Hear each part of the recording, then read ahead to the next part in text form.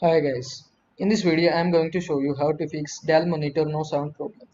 Watch the video till the end so you cannot miss any important step to consider. If you want to fix your issue, you need to change the playback device configuration in your monitor. To change the default sound playback device in your Windows 10, you will need to follow these steps. The steps of Windows 11 is also similar to this. First, click Start and then click Settings gear icon. In the second step, click System. In the third step, on the left menu, click Sound. In the fourth step, under Choose your output device, select the audio device that you want to use. To change the default sound playback device in Windows 8 or 8.1, right-click Start and then click Control Panel. Then click Hardware and Sound. Then click Sound. In the Playback tab, select the audio device that you want to use. Then click Set Default and then click OK, as you can see on the screen.